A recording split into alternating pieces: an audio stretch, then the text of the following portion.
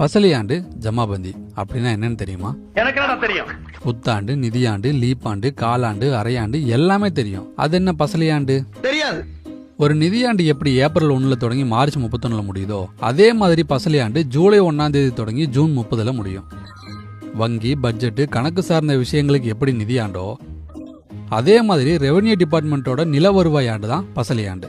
ஓ, அப்படியா விஷயம்? நில உரிமை, நில வரிகள் தொடர்பா 24 வகையான பதிவேடுகளை அரசு பராமரிக்குது. அதற்கான வேலைகள் எல்லாமே இந்த பசலியாண்டு கணக்கீடுல தான் நடக்கும். முகலாய மன்னர் அக்பர் ஆட்சியின் போது தான் இந்த நிலவரி விதிப்பு முறை 1551ஆம் ஆண்டு உருவாக்கப்பட்டு 1591ஆம் ஆண்டு நடைமுறைக்கு வந்துச்சு. பாரசீக சொல்லான பசலி அப்படிங்கிறதுக்கு அறுவடை அப்படிங்கறதான் பொருள். இத்தனை நூற்றாண்டாகியும் பெயர் மாறாம அப்படியே இது பின்பற்றப்படுது. அதனாலதான் பழைய பழக்க வழக்கங்களை ஃபாலோ பண்றவங்களை 10ஆம் பசலின்னு கிண்டல் பண்ற வார்த்தை வந்துச்சு. அப்புறம் ஜமாபந்தினா ஏதோ பொதுவா எல்லாரையும் உட்கார வச்சு சாப்பாடு போடுவாங்கன்னு நினைச்சிடாதீங்க. பசலியாண்டோட முடிவுல வருவாய்த்துறை கிராம நிலவரி, சொத்து பதிவேடுகள் தொடர்பாக நடத்தும் குறைதீர்ப்பு கூட்டங்களுக்கு பெயர் தான் ஜமாபந்தி. வருவாய் தீர்ப்பாயம் என்பதற்கு பொருள் தான் ஜமாபந்தி. விஏஓ தொடங்கி தாசில்தார் வரைக்கும் எல்லாரையும் ஒரே நாள்ல பார்த்து வேலையை முடிக்கிறது அன்னைக்கு ஒரு நாள் தான் சாத்தியம்.